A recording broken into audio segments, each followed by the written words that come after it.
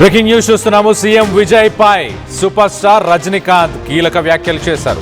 CM విజయ్ని కాకుండా అడ్డుకోవడానికి నేను చూడలేదు, ఆయనను సీఎం అవ్వకుండా అడ్డుకోవడానికి నేను చూడలేదు అంటూ రజనీకాంత్ సెన్సేషనల్ కామెంట్స్. అలాంటి నీచ రాజకీయాలు నేను చేయను, రాజకీయాలతో నాకు ఎలాంటి సంబంధం లేదు, పాలిటిక్స్కి నాకు ఎలాంటి సంబంధం లేదు, అలాంటప్పుడు నాకెందుకు అసూయ ఉంటుంది అంటూ ఆయన మాట్లాడుకొచ్చారు.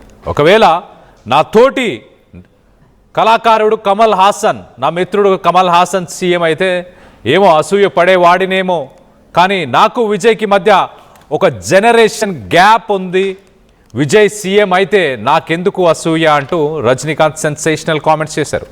కానీ విజయ్ 52 ఏళ్ల వయస్సులోనే ఎన్టీఆర్, ఎంజీఆర్ కంటే పెద్ద విజయాన్ని సాధించారు.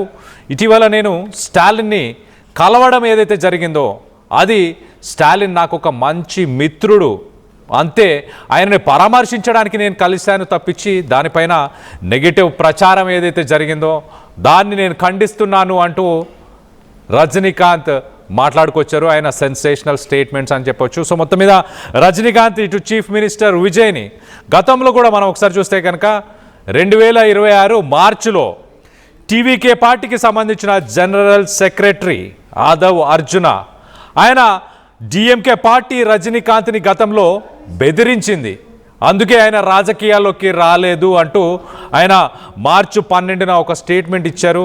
అలాగే రజనీకాంత్ అప్పుడు కూడా స్పందిస్తూ ఒక ట్వీట్ని చేశారు, టైం వస్తుంది, వెయిట్ చేయండి అంటూ ఒక మాట రజనీకాంత్ గతంలో మాట్లాడారు. అప్పుడు దానిపైన చాలామంది విశ్లేషకులు టైం వస్తుంది అని అంటే ఆయన మళ్ళీ రాజకీయాలకు రాబోతున్నాడా అంటూ చర్చ జరిగింది.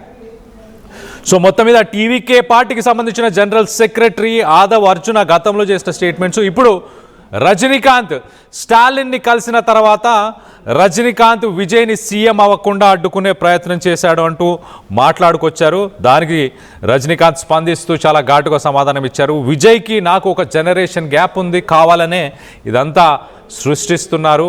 మరోపక్కన స్టాలిన్ నాకు ఒక మంచి మిత్రుడు కాబట్టి నేను పరామర్శించడానికి నేను వెళ్ళాను అంటూ ఆయన మాట్లాడుకొచ్చారు. ఒకసారి రజనీకాంత్ మాటల్లోనే వినే ప్రయత్నం చేద్దాం. రజనీకాంత్ ఏం మాట్లాడారు அது கொஞ்சம் விமர்சனங்கள் வந்தது. ஸ்டாலின் சார் அவர்கள் என்னுடைய 38-40 ஆண்டு நண்பர். என்னுடைய நட்பு கொள்கைகள் அரசியலுக்கு அப்பாற்பட்டது. ஜனநாயகத்துல தோல்வி வெற்றி சதகம் இருந்தாலும் ஸ்டாலின் அவர்கள் அந்த கொழுத்தூர்ல தோத்தது எனக்கு கொஞ்சம் சங்கடமா இருந்தது. அதுக்காக ஒரு நண்பனுங்கிற முறையில, நட்பு முறையில அவரை போய் நான் பார்த்தேன்.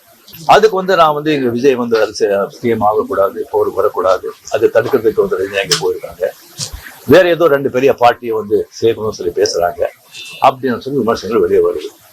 அந்த சூழ்நிலையில அதெல்லாம் பேச முடியாது. அப்படி பேச ஒரு தரங்கெட்ட ஆளு ரஜினிகாந்த் இல்லை. அதுக்கு வாழ்த்துக்கள் சொல்லல அப்படின்னு சொல்லி அதுக்கு ஒரு விமர்சனம்.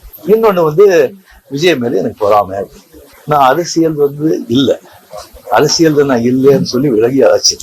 அரசியல் நான் இல்லாத போது அவர் மேல எனக்கு ஏன் பொறாமை?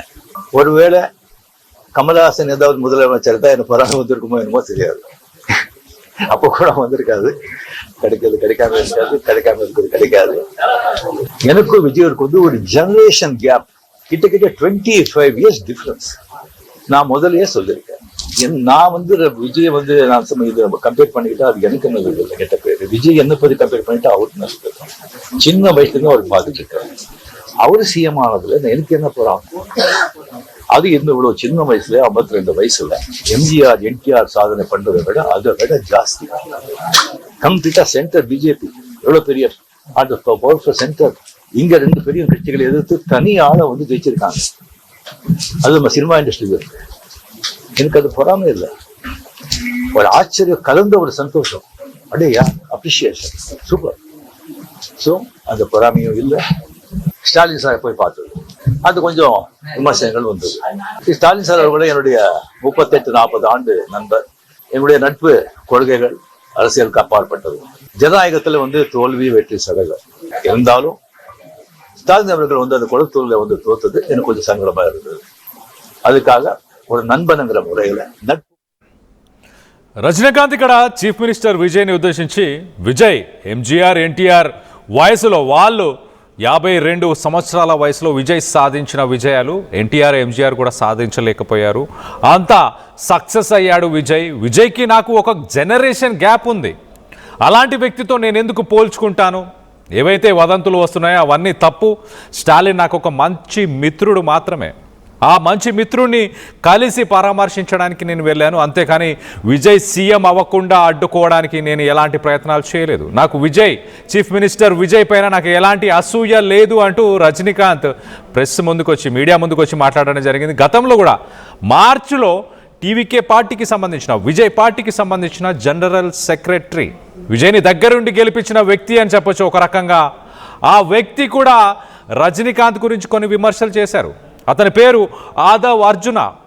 ఈ ఆదవ్ అర్జున మార్చి 12న డిఎంకే పార్టీ రజనీకాంత్ని బెదిరించింది కాబట్టే ఆయన రాజకీయాల్లోకి రాలేదు.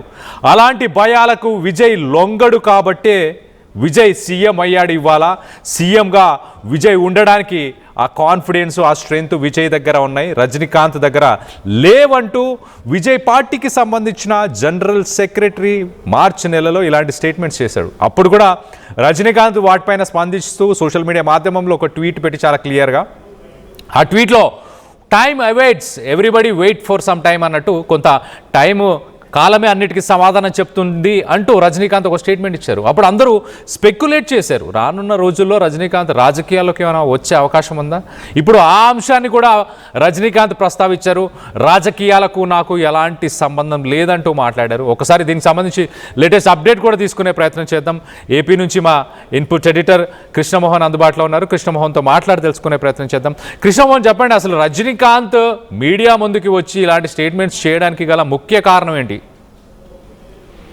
కళ్యాణ బేసిక్ గా వరుసగా 2-3 రోజులు అంటే విజయ్ అధికారంలోకి వచ్చిన నేపథ్యం నుంచి కూడా రజనీకాంత్ మీద కొన్ని విమర్శలు, సోషల్ మీడియాలో కొత్త కథనాలు, విజయ్ ఫ్యాన్స్ కొంత రజనీకాంత్ ని కించపరిచే విధంగా వ్యాఖ్యలు చేయడం, సోషల్ మీడియాలో ట్రోల్స్ చేయడం, ఇవన్నీ కూడా జరుగుతున్నాయి. దీనికి అంతా అసలు కారణం ఒకటే. బేసిక్ గా డిఎంకే పార్టీ ఓడిపోయిన తర్వాత రజనీకాంత్ స్టాలిన్ ని నేరుగా ఇంటికి వెళ్ళి కలిసి ఆయనతో మాట్లాడేసి వచ్చారు. అప్పుడే కొంతమంది విజయ్ పార్టీ టీవీకి సంబంధించిన పార్టీ కేడర్ వీళ్ళందరూ కూడా విజయ్ని అడ్డుకోకుండా విజయ్ని అడ్డుకునేదానికే రజనీకాంత్ నేరుగా స్టాలిన్ తో మంతనాలు జరుపుతున్నారు అని. ఆ తర్వాత రజనీకాంత్ వెంటనే బెంగళూరు వెళ్ళారు. బెంగళూరులో ఆశ్రమంలో 10 రోజులు ఉండడానికి ఆయన బెంగళూరుకి వెళ్ళిపోయారు. బెంగళూరుకి వెళ్తున్నప్పుడు కూడా అక్కడ ఎవరో సోషల్ మీడియాలో ఎయిర్పోర్ట్ లో రజనీకాంత్ని ఉద్దేశించి సార్ ఇట్లా విజయ్ ముఖ్యమంత్రి అయ్యారు అంటే ఆయన నవ్వి నమస్కారం పెట్టి అక్కడ వెళ్ళిపోయారు. దాన్ని ఆయనకి అభినందనలు కూడా తెలపలేదు. సో దాని మీద ఆయన కొంత బెంగళూరు నుంచి చెన్నైకి వచ్చిన వెంటనే ఈ రోజు ఆయన ప్రెస్ మీట్ పెట్టి దాని మీద మాట్లాడే ప్రయత్నం అయితే చేశారు. ఒకటి, ఆయన చాలా కీలకంగా దీనికి సంబంధించిన వివరణ అయితే ఇచ్చే ప్రయత్నం చేశారు. స్టాలిన్ ఇప్పటి నుంచి కాదు, నాకు చాలా మంచి మిత్రుడు. స్టాలిన్ ఈ రోజు కాదు, కొన్ని సంవత్సరాలుగా, అంటే మా తరంలో నుంచి కూడా స్టాలిన్ నాకు మంచి మిత్రుడుగా ఉన్నాడు. ఆయన పార్టీ ఓడిపోయిందని నేను వెళ్ళలేదు. ఆయన కొలక్పూర్ నుంచి ఆయన ఎమ్మెల్యేగా ఓడిపోవడం నన్ను కొంత బాధించింది.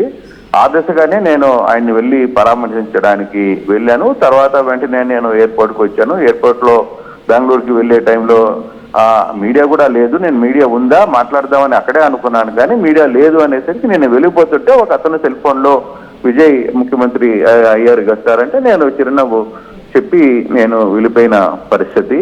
అంతేగాని దీనికి నాకు మధ్య, విజయ్కి నాకు మధ్య ఏవో ఉన్నాయని చెప్పి పుకార్లు పుట్టించడం, విజయ్ని ముఖ్యమంత్రి కానీకుండా అడ్డుకునే ప్రయత్నం చేశానని మాట్లాడడం చాలా తప్పు అని ఆయన అంటాడు. అసలు నాకెందుకు విజయ్ మీద అసూయ ఉంటుంది? నేను రాజకీయాల్లో లేను, అసలు నేను ఇటువంటి నీచ కార్యక్రమాలు చెయ్యను అని కూడా ఆయన చెప్తూ, ఒకవేళ నిజంగానే నవ్వుతూ కమల్ హాసన్ అయి ఉంటే, నేను కొంత ముఖ్యమంత్రిగానే అయి ఉంటే నాకు కొంత అసూయ కలిగేది. ఎందుకంటే మేమిద్దరం ఖచ్చితంగా ఒక సమకాలికంగా ఉన్నాం కాబట్టి నేను ఒక దశలో రాజకీయ పార్టీ పెడతానని కూడా స్థాపించాను.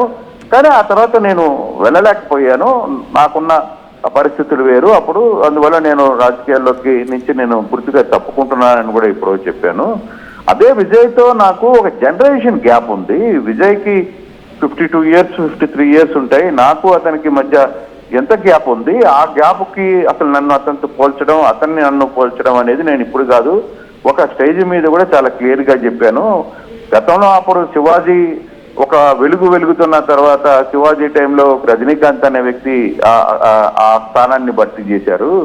నా స్థానంలో ఇంకొక వ్యక్తి విజయ్ అప్పటికే వస్తున్న టైంలోనే నేను ఆ విషయాన్ని కూడా చెప్పాను. ఈ జనరేషన్ గ్యాప్, ఇది జనరేషన్ తర్వాత ఇంకో యంగ్ జనరేషన్ వస్తూ ఉంటుంది, దాన్ని ఆ విధంగా చూడాలి తప్పితే నేను ఇంకొకరి మీదనో అసూయ పడితే నాకు అసలుకి అవసరం లేదు. ఇంకోటి కూడా ఎన్టీఆర్ ఎంజీఆర్ లాంటివి వాళ్ళు సాధించలేని ఒక పెద్ద విజయాన్ని విజయ్ 52 ఏళ్ల వయసులోనే ఆయన స్థాపించారు. అసలుకి ఇది మామూలు విషయం కాదు, చాలా అద్భుతమైన విజయం ఆయన సాధించింది అని చెప్తూనే ఆయన మీద కూడా చాలా విపరీతమైన బాధ్యతలు ఉన్నాయి. ఆయన క్యాడర్ ఎక్కడైనా చిన్న తప్పు చేస్తే ఇప్పుడు ఆ క్యాడర్ తప్పు